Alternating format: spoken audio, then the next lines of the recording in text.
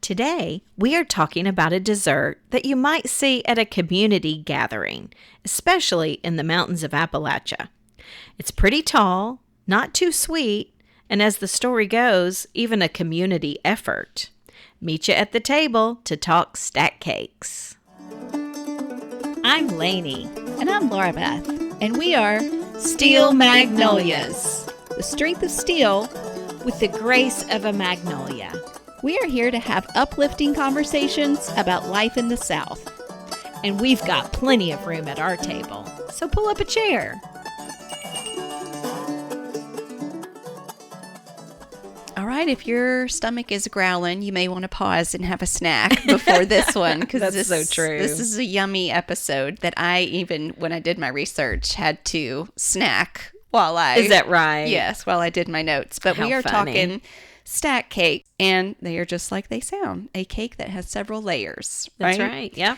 So you may even call this company cake How or cute. celebration cake. These are special. These take a lot of work. For sure, this is a labor of love. And yeah, but pretty much any cake that has frosting can be made as a stack cake, technically. Oh, well, I can see that. I think more of like what I think of as like a European torte. Ooh, Do you know what I mean? That's yes. thin layers. Yes. Yes. But this is a little more rugged looking to me. It is. Like no And- frosting. Yeah. Yeah. Well, in the South, you are typically, this time of year especially, going to hear about the apple stack cake, which is what we're going to focus on today. But at the end of our episode, I do want to mention some other cakes that are frosted, that are technically stack cakes, Okay. that would definitely get you on the cover of Southern Living, Oh, for sure. I'm just thinking. and would win you a blue ribbon at your county fair. So I'll just mention those towards the end. Okay. Or if you don't like apples for some reason, it Yeah. would give you some other options to try. Yeah. But Well- let's talk about the ever popular apple stack cake.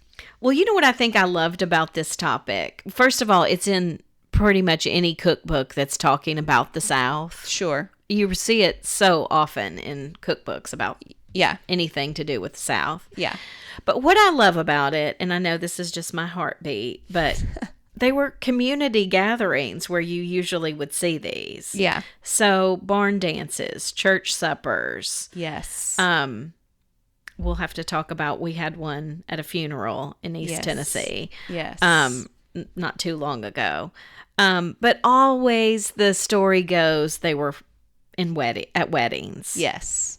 in the mountainous regions of Appalachia. Yeah. So that was what you brought as a wedding guest, was a A layer. layer.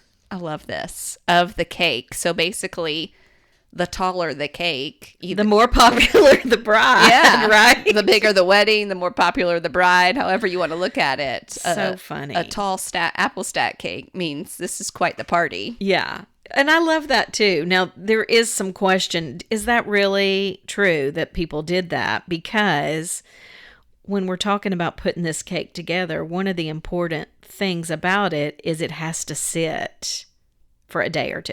Yeah. That's hugely important. Like a couple of days is what they recommend. Yeah. Just sitting, already done. That's right. Wrapped up in the refrigerator. Yeah. So we'll talk about that. But I do think if people did this for a community event, they must have had to have brought it early.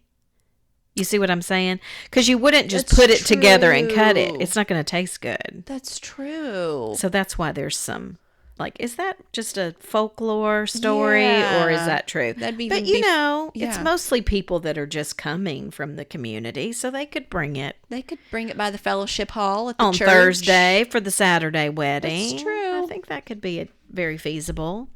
That's funny to think about. Because if they cut it right away, it would not have tasted good. No. So. No. Well, this screams fall, does it not? So does. The coloring, the taste, the seasonal apples that you would use. Yeah. Absolutely. Yeah. In So- fact, I think that's why it was popular in Appalachia, because apples are very plentiful there. You know, we've said this before. Southerners are very resourceful. Yes. They use what they have. And mountain cooks, they make delicious things out of modest ingredients. That's right. what they had to do. They use what's in their hands and in their cupboards. And make it delicious. Yes. So I think that's why it became popular. Well, let's talk about the actual making of it. Okay. Now that we know a little history.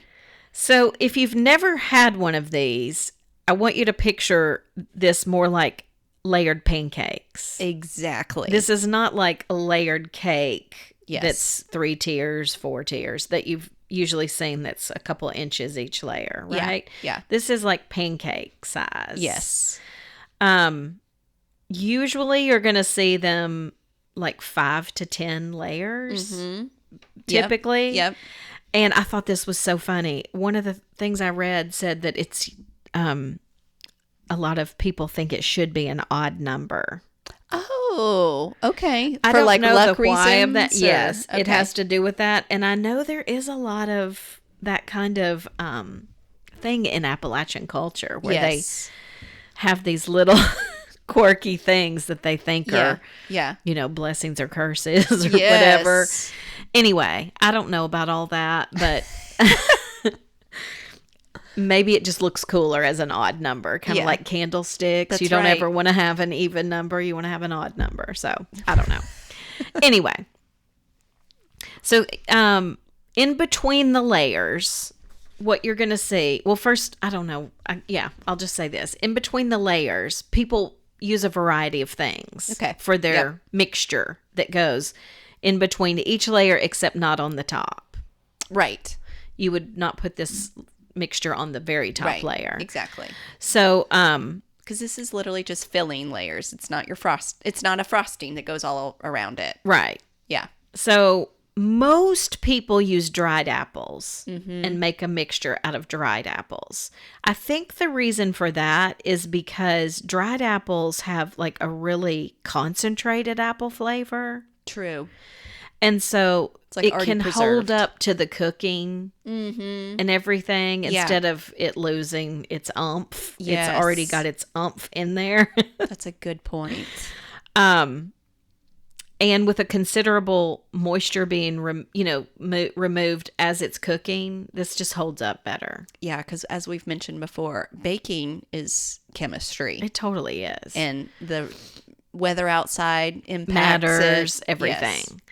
So I just think that kind of adds the thickness and yummy flavor. But sometimes you'll see people, instead of using dried apples, they'll use apple butter Okay. for the for the in between, or sometimes people will just use cooked apples. Yeah. The thing is it's got to be really fine because you Yes. don't want like chunks in the in between. Yeah. That would never do. It just makes the space too big. You need like just the pancake. And it's going to puncture the cake part. Exactly. Yeah. Exactly.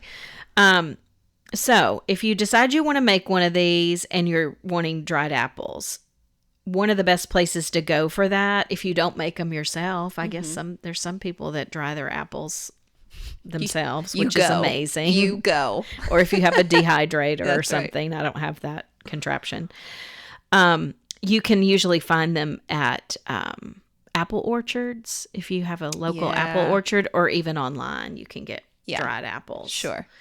So anyway, you'd have to have the recipe to make the exact mixture. Yeah. But it's usually sweetened with sorghum. Yeah. And this cake is not like super sweet. Right. It's sweet, but it's not like when I think of some cakes. Yeah. It's not that sweet. It's almost like a muffin. Like, is it Very fall. in terms That's of right. in terms of like the sweetness, because like Or a lot of even- people are like, yeah. you could basically have a slice of cake with your coffee with For as many sure. calories as a muffin is. That's so true. Typically, That's just so a regular. true. So it kind of has that vibe. Or of- even like gingerbread. I think even like how you think of the taste of gingerbread, how Yes. it's sweet, but it's really more spicy. or It's pumpkin not- bread. Yeah. Yeah. It's more Yeah. of like a spice flavor. Yeah. That's what I think this Yes. tastes like to me. Yes. When you're making the dough, it's not like when I think of a cake, I think of batter. I Right. can pour this. Yeah. It's not like that at all. Yeah. think more like cookie batter Yes. that you're forming with your hands. Yes. Right? That's Exactly. more what the batter feels like as you're making it. Which is so unique because we've described it now as pancake looking, but pancake mixture can be poured. is very I pourable really meant too. more like the thickness and the shape. Like the thickness and size of it is like a big plate size pancake. Exactly. Not really the batter. Yeah. And another thing that I think is really interesting is most of the time these are, from what I was reading, it's best to take like a cake pan. Yeah. Get your parchment paper and draw a circle with your pan to cut that For size. out. Yeah. However many you're going to do. Yes. If you're doing a 7-layer, cut 7 of those. Yes. When you've got your dough that's kind of like a cookie batter, you can just form it out to that size circle. Kind of cut it, like so they're uniform. Handmade cookie cutter. Exactly. Extra large size. Exactly. Yeah. And it's also, I didn't say this, but it's really good to chill the batter so that it gets more firm for a little bit before you start spreading it onto the parchment. That's good. Yeah. That's the case with a lot of dough in other recipes. Oh, for sure. Too. Scones, biscuits. Yes. In fact, I think this is kind of like that. It's more like that kind of a consistency than it is what I think of typically for a cake. Yeah. It's counterintuitive, but baking in the cake pan can often lead to more broken cakes. It's actually better to bake it just on the parchment paper. Yeah. Yeah. Which seems risky, doesn't it? But like a cookie though, That's right. It doesn't have a formation around each cookie. Right. And these are, fairly uniform looking, but it's kind of neat to me when it's not exactly perfect. There's little lumps on the edges. The imperfections. It absolutely makes it so cool. For sure. Now, so you make your layers with the dough, then you make your filling, however you want to do that. There's recipes out there everywhere. Pick the one you think that you would like the best but again, with what you have. Fall flavors, ground ginger, ground cinnamon, allspice, nutmeg. I mean, it's like all things fall. The fall all-stars. Yes. It really is.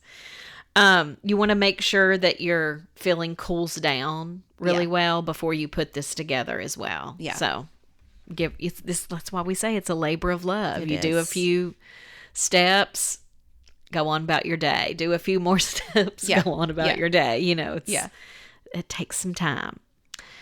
Okay, but once you assemble this thing, you've put your layer, your filling, filling, all of that. Let's say it's, like I said, it's a 7-layer thing you've put together here. Yeah, if you're okay with odd numbers, yes. Now, the next thing you want to do is wrap this guy up really well. Yes. I think it's good to just do like, saran wrap or something like that. But you want it wrapped fairly tightly. Yeah. Because the whole goal of this process is for all of that juice to soak in. Yes. Because your little thin layers are pretty hard when they come out of the oven. Yeah. But when you've wrapped this real tight, and the best thing to do is literally stick it in the fridge for 48 hours. Yeah. Yep. It's going to soak up all of that wonderful, juicy goodness. And it'll be moist enough not to, it's not going to fall apart. Right. Whereas if you just put this together and tried to cut, you're going to have the messiest thing. I mean, would you even compare it to like a shortbread kind of layer? Like a, you know what I mean? Like before it's soaked. Yeah. If you maybe imagine even like crisper. A shortbread cookie. Yeah. Kind of. Yeah. Yeah.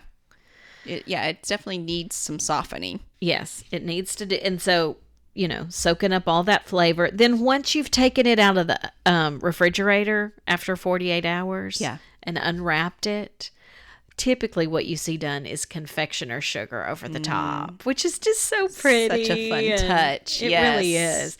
I've even seen pictures where, this I've never done, but people will put a doily on top of it. Oh my and goodness. then do their confectioner's sugar and take the doily it has off. a design. And it's got like a sweet little design Oh, on you're it. showing me a picture that looks so pretty. Isn't that sweet? It just looks Wow. so feminine and Wow. lovely. But I'm sure you can do all kinds of creative things with a pattern. Yeah. You know. Yeah. Wow.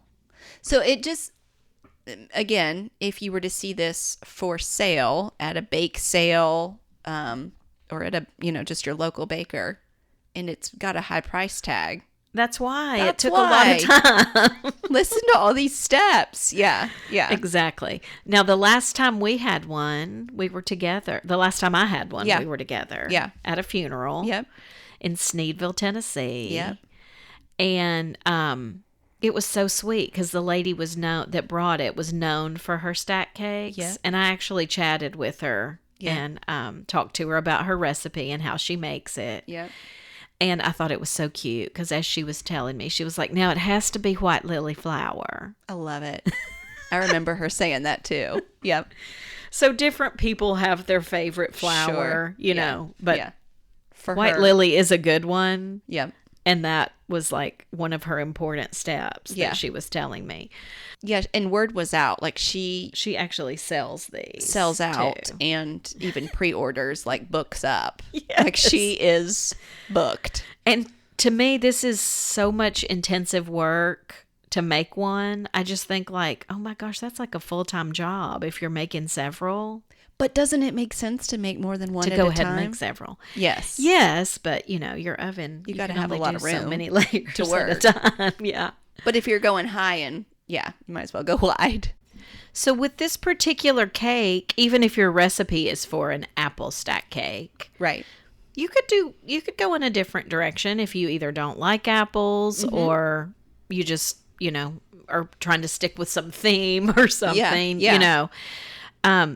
There's no reason this couldn't be apricot or cranberry or pear Yes. or fig. I think fig would be so Yes. I'm a lover of fig. But Yes. you could use one of the butters of that kind Yeah. of type thing. Or just dried fruit like those things. Right. Dried cranberries, dried Yeah. pears, just Yeah. as you're making your mixture, as Right. it says to make it for apple, just use something different. Swap out a different fruit. That's a cool idea. Make it your own, what you think would be best. Well, yum, yum, yum, yum, yum. I know. If you see one and haven't tried one, get your hands on one. So that is I would say, pinnacle stack cake of the South. Yes, as just a stack cake. And Yeah. again, it's not the sweetest. So if you're, making this or trying to think of what to do with this, it is more to me kind of think like gingerbread, spice, Yeah. flavor goes great with your coffee or hot tea. So good with coffee. See, that's where I get in trouble. It Feels like just a breakfast. Sure. It's just sort of that in between. Like a muffin, Not like quite you a were muffin. saying. Yeah, yeah. High caloric breakfast. Not the best way to start your day, but very tempting. So that is, as we said, unfrosted.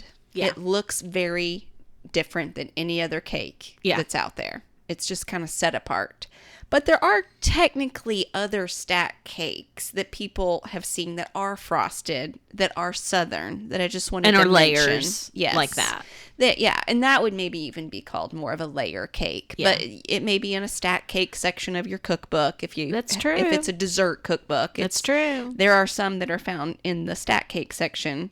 And some Southern ones would be a caramel or caramel cake. Oh man, I just had the best one I've ever had in my life. Are you serious? This week. Was it homemade?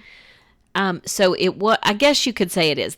It was made by a lady who is a baker. I mean, it's Okay. not from a particular Okay. bakery, but she is a But she's a baker baker and by sells trade. them. Okay. So I Yeah. guess is that homemade? Anyway, I was at a 90th birthday party, which was so Oh, precious. wow. And so they had a big caramel cake, Yeah. and then petit fours made by somebody else on the sides. Fun. So I do have our new petit four person because ours retired that we Yes. like. Oh, good. You've got another I've got one. a new one. Sweet. And hers are just as good. They're fabulous. Well, if you know, if you already knew that caramel is just sugar that's been heated up and Butter, browned, then yeah. you can probably guess what's the most prominent ingredient in a caramel cake. It's very filled with sugar, and the caramel frosting is very filled with sugar. But it is so wonderful, and the coloring lends well to fall as well. Absolutely. You can even... And it's usually, you do usually see it like 3 to 5 layers. Yeah. One pro tip, if you are making any of these layered cakes that I'm talking about in this section, is to grease your pan with shortening, unless your recipe calls for something different. But most layered cake bakers will tell you shortening is the best. And I'll tell you another pro tip. If you're doing anything layered like this that has frosting, you need to put your layers in the refrigerator to get them really cold. Like everything has to be cooled down, and you want everything cold. Good point. Because when you put frosting on something that's kind of warm, it's going to melt. Yeah. So you need everything really cold when you put it together. Yes. Good point. Good pro tip. Fig cake, you mentioned figs earlier. Now, fig cake is probably no more than 2 layers, but if you're thinking figs could be hard to work with to get into a cake batter, well, you use fig preserves, and then you can garnish with, full whole figs if you'd like to. That's also one of my favorite things on a charcuterie board. Yeah. So this one good. would have pecans in it as well, but this is a very fall cake with, again, those spices of cinnamon, cloves, nutmeg, vanilla. Yum. Black Forest stack cake. That's going to be one. People love that. That's not my... I know. If you're a chocolate lover, this works, but this also very much has prominent flavoring of cream cheese and cherry pie filling. So it's that dark chocolate, white, and red. Yeah. Layers, but it even looks a little bloody when it's sliced into, just because that cherry pie filling can't help but run. Yeah. It's even if it's cooled down and has had time to sit. So if you like those 3 flavors, then you would be in heaven with the Black Forest cake. And then a very, very popular cake in terms of the Southern living crowd is the Hummingbird Cake. So supposedly that's their most requested recipe of all time. Yes. The Hummingbird Cake. Yeah. And that came from a reader in 1978 that just submitted the recipe. And like you said, it still receives requests today. I have heard that if you looked back at county fairs or baking competitions that preceded 1978, that this cake was around. Okay. But we don't really have a lot of known history to it. It's probably originated even in the Caribbean area. Because of the pineapple and coconut? And, yeah. Okay. Yeah. Interesting. Well, I can see how it would have been used. You think of those kinds of ingredients as like only the wealthy had them. True. Do you know what I mean? True. In the early days, I mean. Yes. So that could have been a way to show off. Like, I made a hummingbird cake. Because, kind of as a way somebody's saying, hey, I had pineapple and coconut in my pantry. Yeah, and that would be a big deal. Those are extravagant ingredients for sure. But yeah, we're talking banana, pineapple, cinnamon, walnuts. A lot of people shy away from nuts in cakes, but you have to have walnuts in this hummingbird cake for it to be a hummingbird cake. Yeah, these get me in trouble because I could It does have coconut though, right? Am I right on that, or am I wrong on that? I don't remember. I've never made a hummingbird cake, so I don't know. I mean, it's white, so I feel like coconut could easily Coconut is one of those things, I love the flavor but not the texture, and I think that's why I thought I didn't like hummingbird cake, was because of that. Maybe you don't have to have that though. But you tasted mine when I had some out recently. You liked it. Yeah, I did. I mean, this is again one of those cup of coffee and a slice of hummingbird cake. I could start my day with that very easily. Yeah, those again I think are usually around 3 layers, right? Not like 7 or Yeah, most of these are 3. I mentioned the fig cake is probably more like 2, but 3 is about the extent of a layered cake. Well, that's a big popular thing in the South. Yeah. The hummingbird cake. Yeah. And again, I mean, these lend so well to celebrations. Yeah, and I even think anything that's layered, it just looks so pretty to take somewhere. Put it in your little cake carrier or on a little cake stand. Yes. It just looks so pretty. Well, and like I think of the peppermint cake that you made. That was a Southern Living cover cake. Yeah. Just it was beautiful. Christmas time. I think that one was just 3 layers. Yeah. But it just looks difficult and but extravagant. So I it's might such have a good to make that at centerpiece. Christmas for us to put some pictures out because it's so cool. Well, the cool part of that as well was the platter. It's so easy, but you make a little peppermint plate. Yeah. Like just out of peppermints You that melt together, and it looks so cute sitting on it. It's like this thin, peppermint plate that it sits on. That was over the top to me. Well, I might have to do that at Christmas. So, well, I'm ready to make one of these stack cakes. I think I want to try to make a fig, with the apple stack cake recipe. Yes, but maybe in a fig version. That sounds good. And like I said, a lot of cookbooks have this in there. But I got a new cookbook called United Taste of the South instead of United States. Oh, okay. United Taste of the South.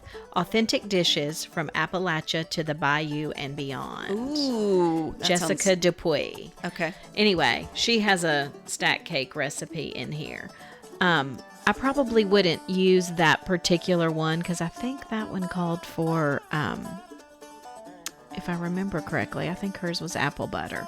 I don't like apple butter. You don't? I don't like apple butter. I love it, but then I only use it, maybe 3 or 4 servings in a season. And so I'm like, well, that was a waste of a whole jar. Well, you should make one with your apple butter because it takes quite a bit. Yeah. So that would use up what you've got. Yeah. But I like an apple stack cake that's made with dried or even cooked apples more that are just diced up small. Yeah. That tastes better to me. That makes sense. Love it. Well, I hope we've inspired you. My tummy's rumbling. To get to bacon. Yes. And if you are enjoying these conversations, we would invite you to leave us a review on the podcast platform that you listen to, Apple, Spotify, or another one. And all it takes is for you to select the rating, like the number of stars, and a 1-sentence review helps so many people find us and know a little bit more about what they can expect when they hit play. So if you haven't done so already, leave us that review and we so appreciate it. All right, Lainey, have a good week. Peace be with you. And also with y'all.